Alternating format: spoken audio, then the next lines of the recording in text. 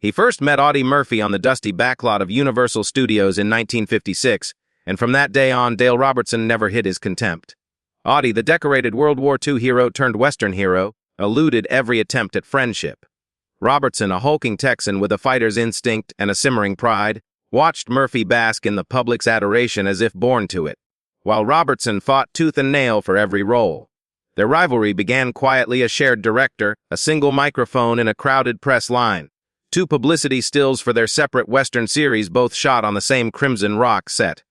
But like tinder meeting flame, that rivalry exploded into open loathing. Robertson's first strike came when he learned Murphy would receive top billing in 1957's Sierra, while Robertson, who delivered twice the gunplay and half the support, was relegated to Marquis' lower line.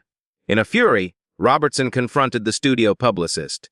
He pounded his calloused fist against the mahogany desk, singling out Murphy's name with a rasping growl. "Is no more a star than a tumbleweed." The publicist reminded him of Murphy's medals, his box office draw, and the war stories that sold tickets. Robertson's retort shattered the polish. "Medals don't make an actor." That moment cemented what would become a decades-long vendetta, hidden behind forced smiles at press events and cold silences in crew cafeterias. Their animus deepened on the set of 1960's Ride Beyond Vengeance. Robertson played a stoic rancher, Murphy a charismatic gunslinger. Early shots demanded a staged brawl, but Robertson refused to trust Murphy with choreography. He insisted on rehearsals that stretched into midnight hours, testing Murphy's patience and the crew's goodwill. Murphy stood calmly, offering a diplomatic laugh. Robertson responded with a glare so fierce that the DP's lens flared. On the final take, Robertson delivered a punch so real that Murphy stumbled off camera, injured. The clamor of real violence shocked the set. Robertson claimed he'd forgotten they were acting, but no apology followed. That unrepentant blow became the stuff of whispered legend in stunt man circles. Dale Robertson, the only man who could turn rehearsed conflict into genuine hate. Off-camera, Robertson shadowed Murphy's career moves with an obsessive eye. When Murphy launched his own production company in 1962, trotting out a new series billed as Audie Murphy's Marshall, Robertson seethed behind the scenes. He told friends Murphy was merely trading his childhood traumas for slick branding.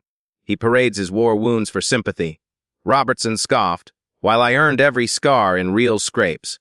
Behind closed doors, he dressed down crew members who crossed paths with Murphy, ordering them to hit every mark for Robertson's upcoming pilot. He refused handshake calls or nods of professional solidarity. No sign of friendship, he'd snap. There's nothing human behind that metal rack. But even Robertson couldn't resist the dim glow of Murphy's spotlight. In the late 1960s, when Murphy's films underperformed, Robertson seized his chance, demanding promotion to headliner on a Western remake originally slated for Murphy. Robertson courted publishers, demonstrating his own war story authenticity as a former Golden Gloves boxer turned bit part cowboy.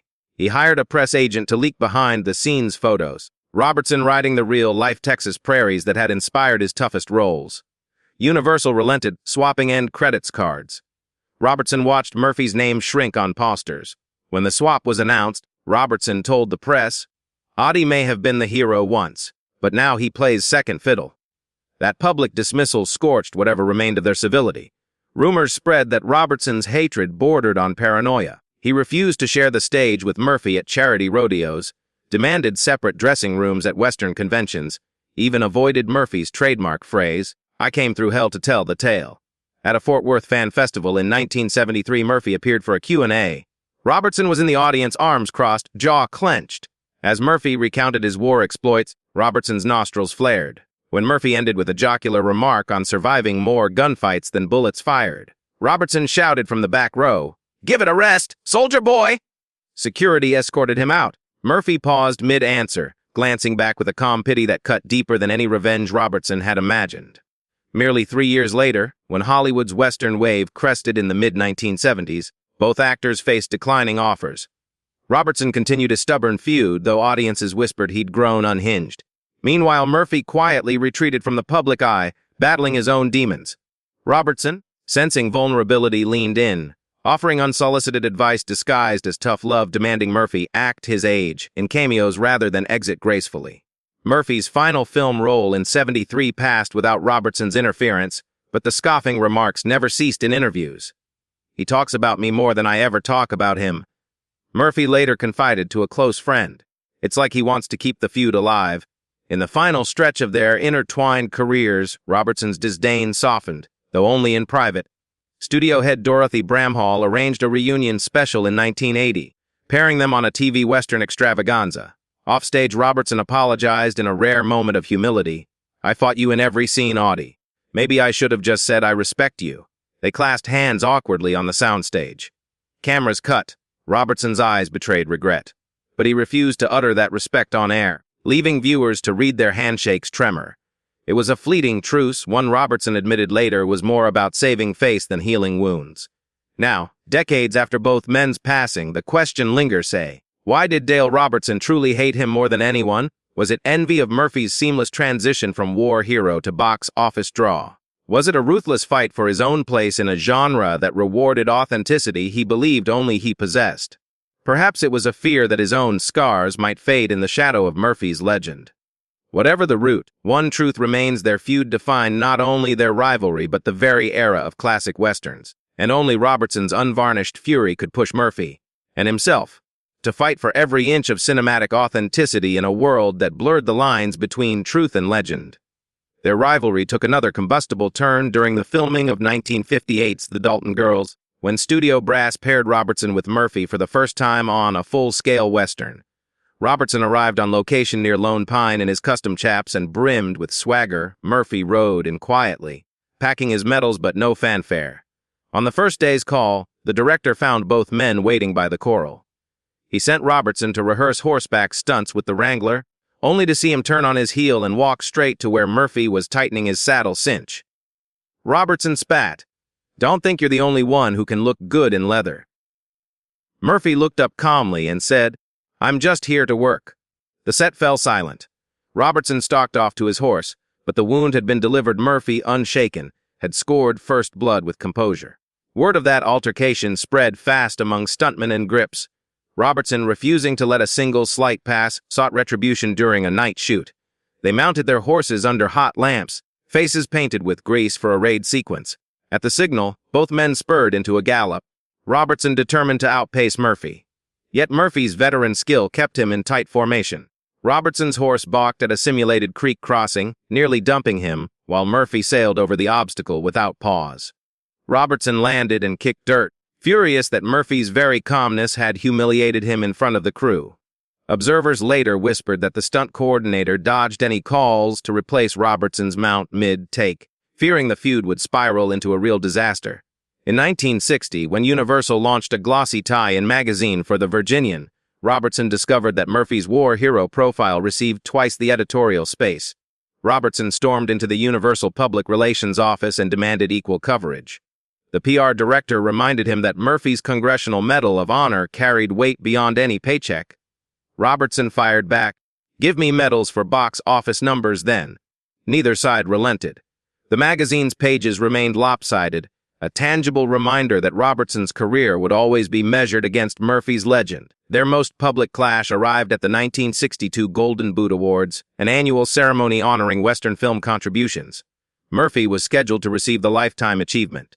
Robertson attended as a presenter. When Murphy strode to the podium in his immaculate suit, Robertson's name lit up as his introducer. Robertson approached the mic, flipped through cue cards, and then tore them up in frustration, forcing the teleprompter operator to scramble. He barked, "A medal may sit on his chest, but the real honor belongs to those who earn applause at box office counters." The stunned audience gasped. Murphy, taken aback, accepted his award in near silence, eyes glistening as cameras caught him swallowing hard. Robertson's contempt had cut deeper than any stunt punch. Even family events became battlefields. In 1964, Audrey Murphy, Audie's mother, invited Robertson to a veterans luncheon at Fort Worth. Robertson arrived adorned in a blazer, displaying his own Navy Reserve pin. Over beef brisket, he loudly questioned Murphy's choice to use personal tragedy as promotional material. "Don't disrespect real service by turning tears into ticket stubs," Robertson chided. Murphy's siblings intervened, escorting their mother outside to shield her.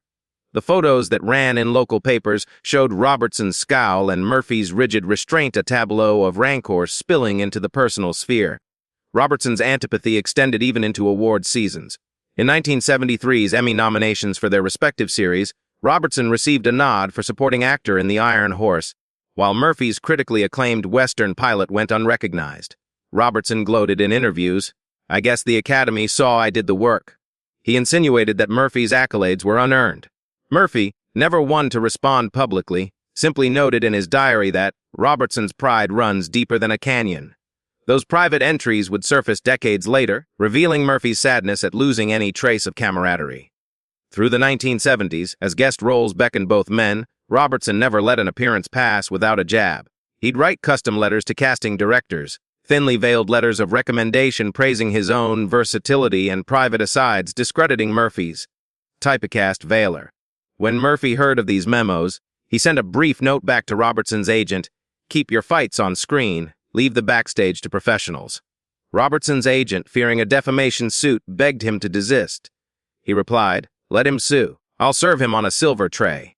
By the time television specials revived both their legacies in the 1980s, the feud had calcified into personal lore.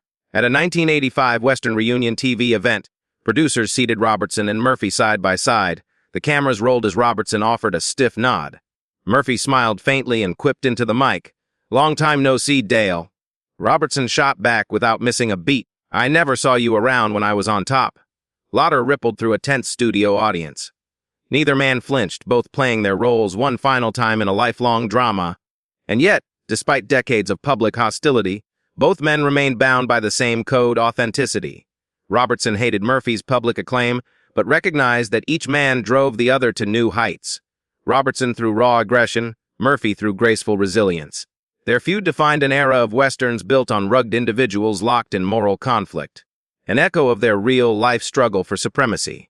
In a genre where truth and legend blur across desert horizons, Dale Robertson truly hated Audie Murphy more than anyone, and in that fierce rivalry, both carved their marks on cinematic history. As the 1980s dawned and the heyday of television westerns waned, Dale Robertson and Audie Murphy found themselves circling once more beneath the limelight, each battling not only for roles but for the last embers of a genre they'd come to define. Robertson, steadied by decades of hard-earned grit, starred sporadically in modest cable specials and reunion movies. Murphy, carrying the weight of his own mythos, took guest turns in anthology series and independent films. Their paths intersected at a Hollywood Western Festival in 1982, an event billed as a celebration of unmatched pioneers yet marred by lingering tension. Under the festival's rustic marquee, Robertson and Murphy were scheduled to appear on a panel moderated by Gene Autry's old radio producer. Robertson entered first, in crisp levis and a turquoise bolo tie, the very picture of cowboy swagger.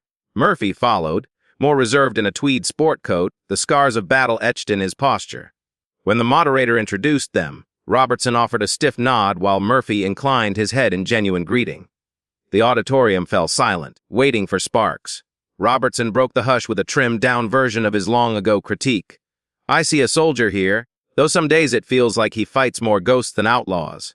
Murphy's calm reply, "Every man carries battles unseen," landed in the hushed room like an unspoken truce.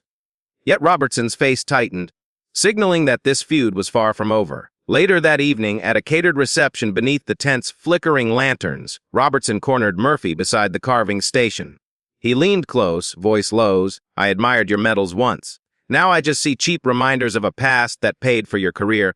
Guests drifted past as Murphy stood quiet for a heartbeat before responding, his voice a soft echo of steel. "Better to wear scars than empty accolades." Robertson spat a laugh and stalked off, leaving Murphy to finish his roast beef alone. Observers whispered that the exchange marked the most venomous words either man had ever spoken, and that their rivalry had hardened into something neither might ever temper. Their careers diverged yet continued to overlap.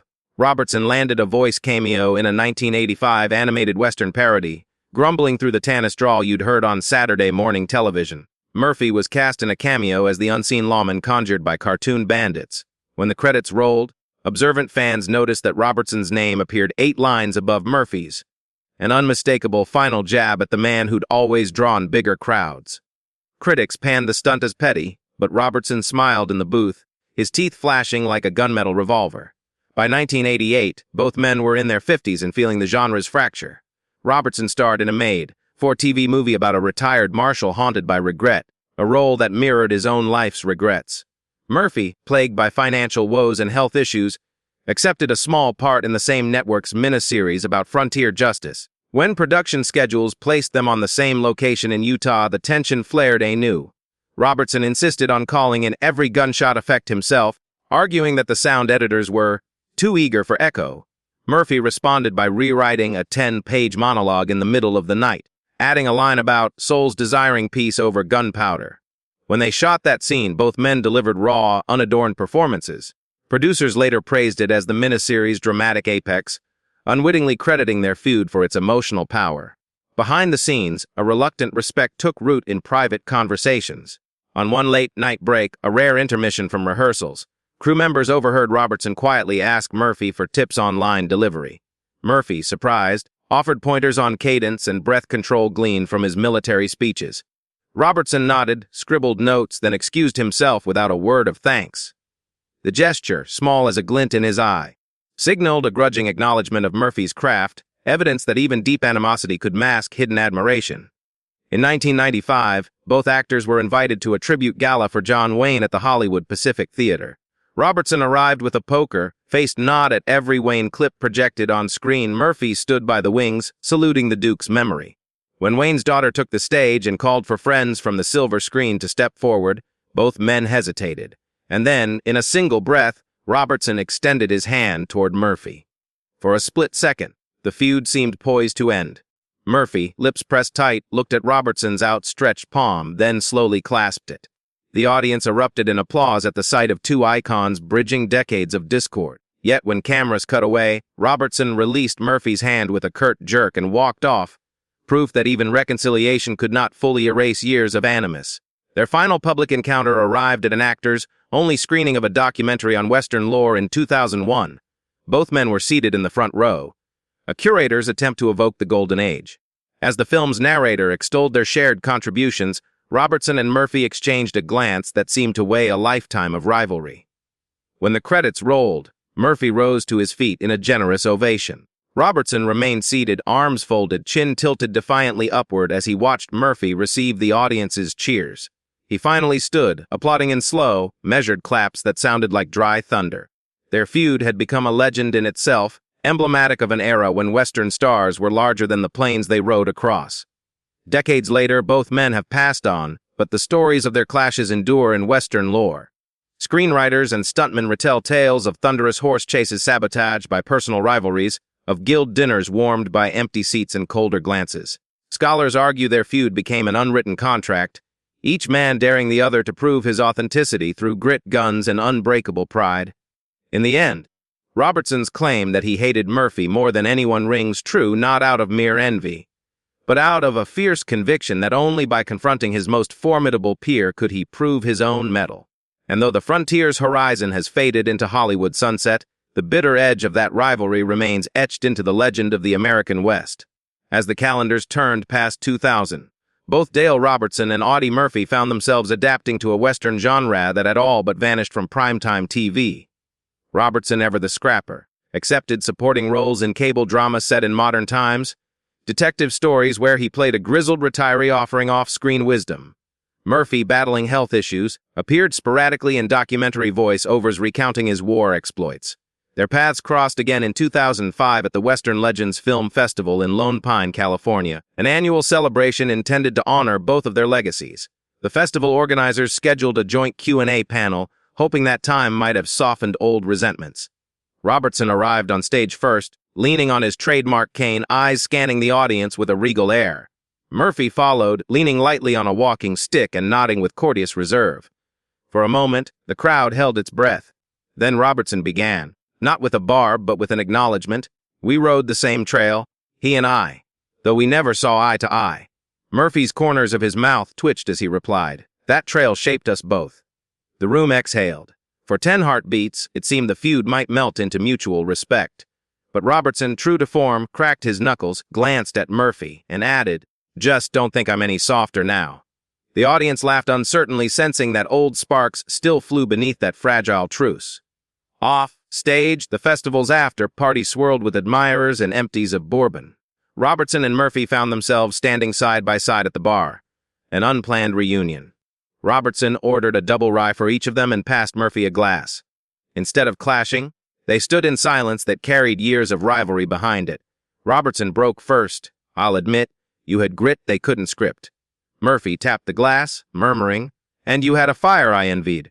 They drank, the gesture as close to reconciliation as either man would allow in public.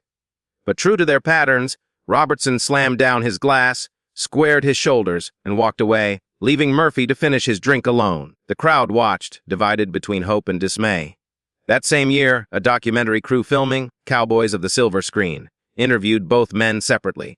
Tucked in a dusty jail cell set, Robertson declared, "I never hated him for his medals. I hated how they turned his life into a legend I couldn't buy." Then cut to Murphy, reclining in a director's chair under studio lights. "I respected his toughness," Murphy said, "but he never saw that a man's worth lies beyond the 6-gun. When the documentary aired, the intercut confessions revealed an unspoken truth. Each man measured himself against the other, drawn by magnetic competition even in their final chapters. By 2007, Robertson's health had deteriorated, emphysema and lingering injuries from past stunts slowed his gait. Murphy, resigned to his own mortality, struggled with chronic pain from shrapnel wounds. That year, both men were invited to a tribute gala at the American Film Institute, their final public appearance together. Under ornate chandeliers, they posed for a single photograph, Robertson in his Western hat and dust-streaked coat, Murphy in a tailored suit with medals pinned. The camera flash froze them in a moment of reluctant solidarity. When the evening's host called them on stage, Robertson extended a hand, not to Murphy but to the crowd, and Murphy clasped Robertson's elbow in return. Their handshake, though brief, encapsulated decades of unspoken rivalry tempered by mutual recognition of shared sacrifice. In their departing years, tributes proliferated. Biography authors pored over studio records, fan sites collected interviews, and cable networks reran old episodes side by side. In 2009, a straight-to-DVD special reunited surviving co-stars from the Dalton Girls and Sierra for interviews. Robertson, frail but steadfast, extolled the hard-won lessons of those early days. Murphy, appearing from archival clips, offered reflections on courage and regret.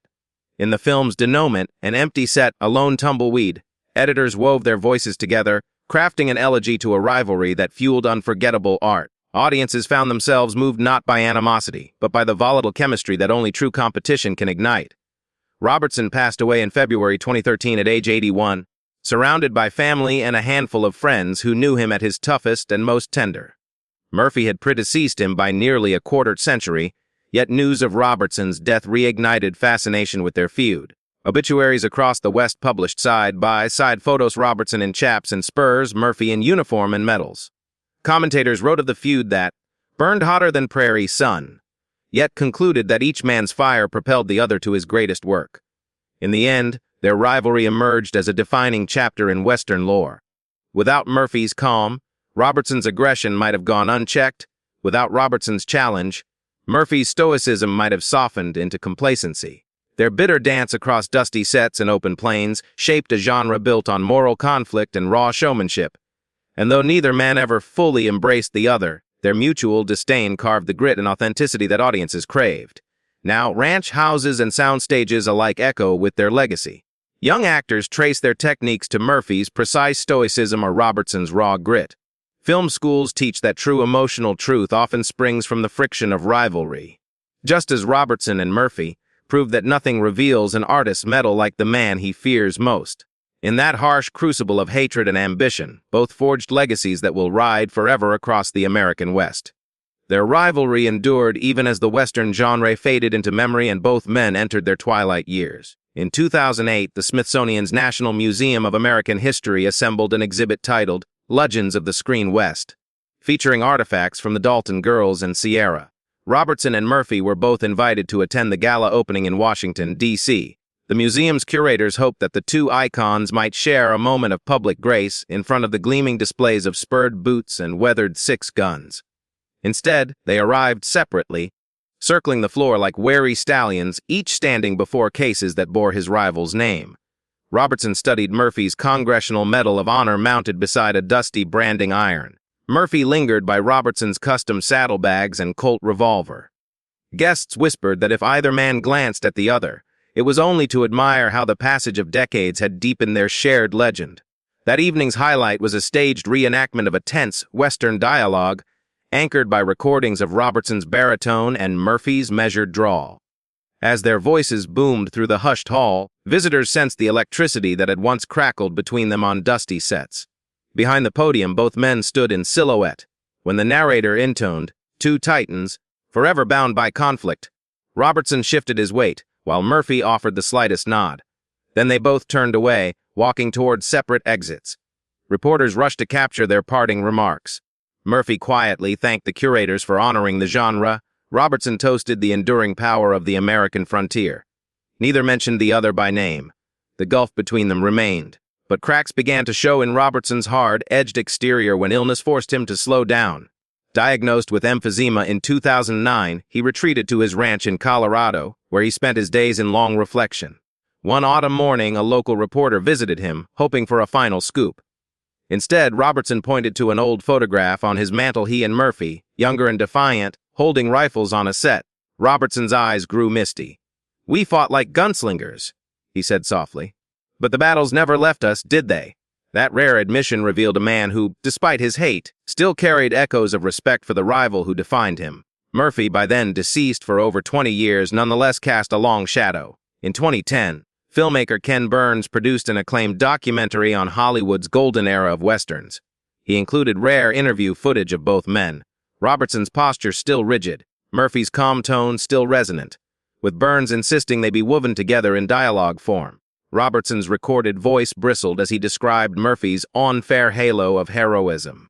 Then Burns played Murphy's archival comments about Robertson's unyielding authenticity. The resulting juxtaposition drew critical praise and public fascination, forcing fans to confront how mutual loathing had propelled each man to his creative best.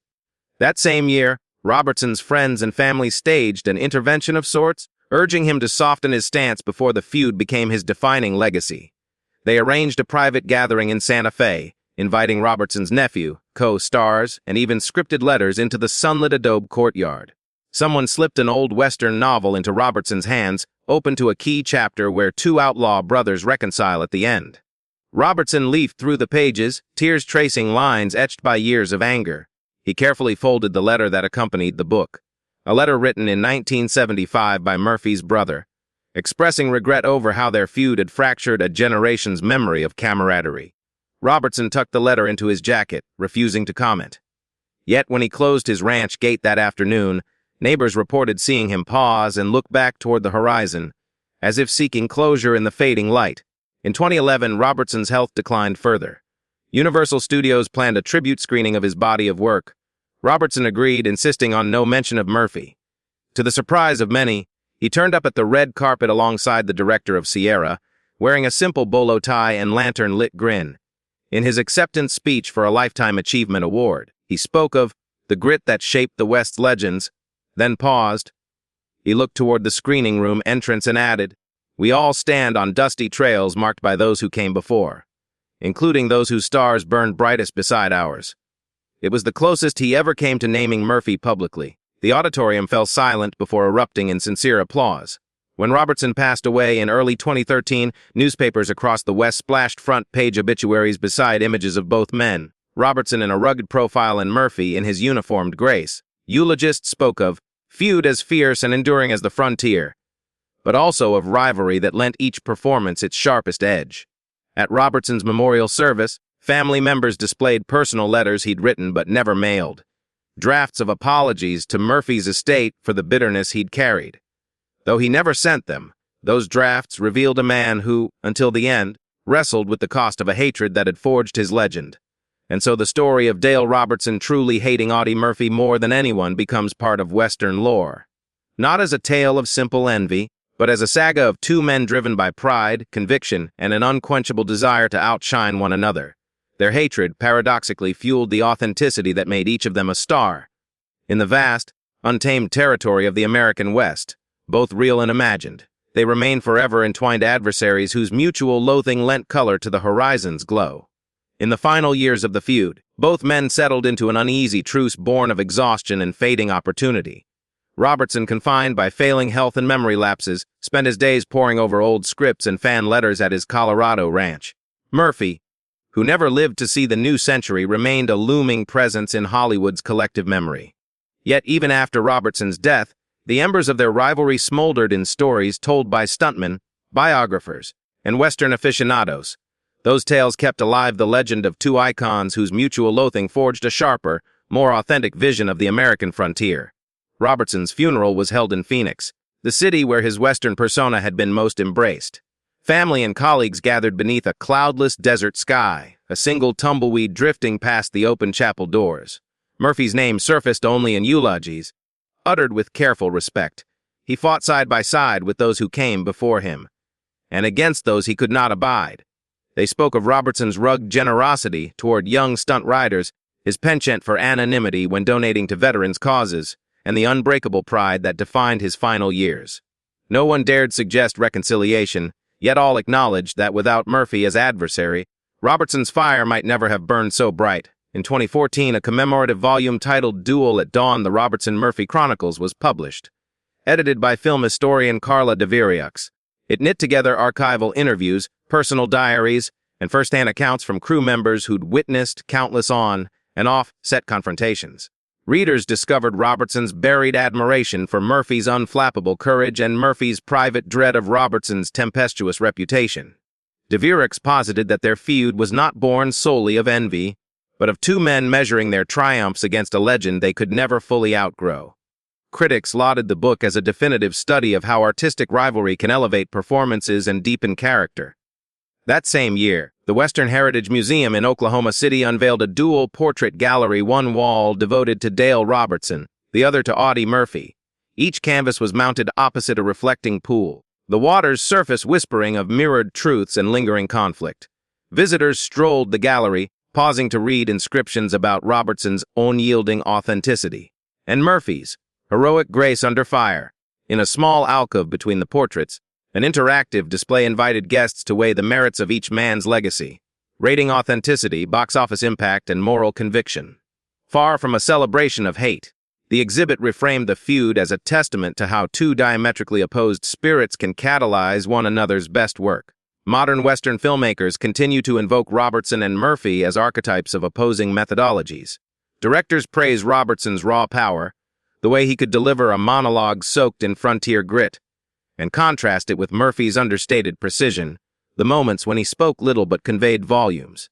Acting classes dedicate entire modules to rehearsing Robertson's explosive outbursts and Murphy's controlled restraint, teaching students that authenticity often springs from the tension between extremes.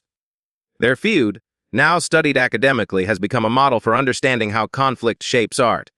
In television retrospectives, clips of Robertson and Murphy have been edited into split-screen duels. Scenes from Ride Beyond Vengeance alongside monumentally stoic moments from Sierra, underscoring how each man carried the Western mythos in his own distinct voice. Streaming platforms have curated playlists titled Rivals of the Range, pairing Robertson's trail rides with Murphy's cavalry charges, inviting new audiences to witness the rivalry's spark in its full, unfiltered ferocity. Viewers comment online that the opposing styles feel like a tug-of-war of flesh and steel, drawing them into a grand story of pride, skill, and unspoken respect. Even among casual fans, the feud retains an almost mythic power. Western-themed festivals host reenactments where actors portray Robertson and Murphy, spurring mock duels and staged horse chases. Attendees don period attire and salute each man's enduring image, Robertson's sharply lined jaw and Murphy's straight-backed heroism. The rivalry becomes a shared cultural memory, teaching that art lives both in the final take and in the battles left unwon. In the end, Dale Robertson's declaration that he hated Audie Murphy more than anyone cannot be reduced to simple envy or spite. His contempt aimed at greater truths about authenticity, about the price of living legend, and about the relentless pursuit of a place under the Western sun. Murphy's unbreakable calm forced Robertson to sharpen his own edge, and Robertson's fierce pride challenged Murphy to embody deeper humanity beyond medals and scripts. Between them lay a chasm of antagonism that crackled with creative energy, an echo of the frontier's lawless demands. As modern audiences revisit their films, they glimpse two spirits locked in relentless competition, each pushing the other to dare more, risk more, and reveal more. Their feud endures in every tumbleweed, laden close up, in every whispered standoff beneath a scorching sun. And though both men have ridden beyond the horizon, the legacy of their rivalry rides on, etched into the dusty trails of cinema history, where no cowboy can stand tall without the rival who taught him how to fight.